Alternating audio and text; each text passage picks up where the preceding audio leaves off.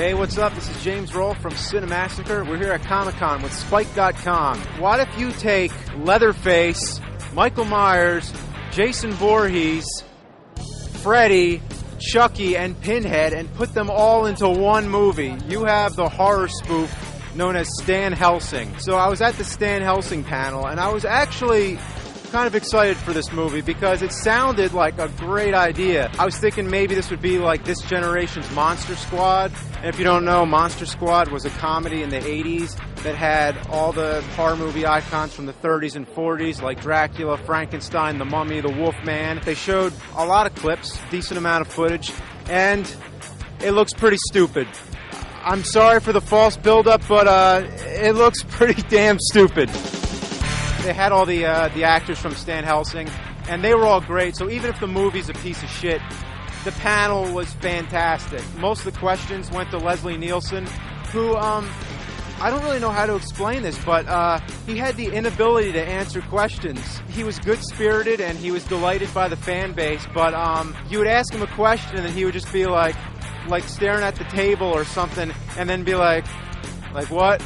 And then he would answer like chickens went off the roof or something just totally random that has nothing to do with the question. I was going to ask him, when will we see the other 2/3 of Naked Gun 33 1/3? My question, it didn't matter because it wouldn't have been returned, really. He didn't really have an answer for anything. So I don't know, but he was a really naturally funny guy.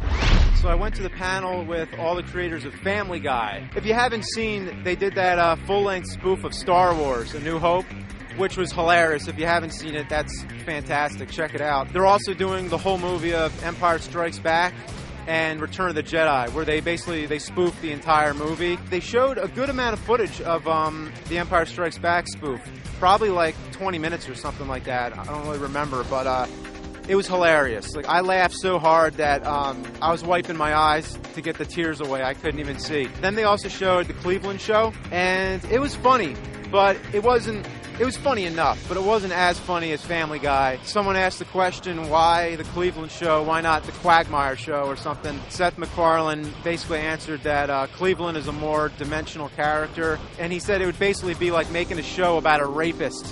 So on Family Guy, there's the question as to who would be replacing Cleveland, and Seth MacFarlane actually suggested Mr. T to replace Cleveland, but for whatever reason, it might have been a little too much for Mr. T, or the idea didn't really go through. It was kind of vague. They just left it there. It's just not happening, but it's a funny thought, though.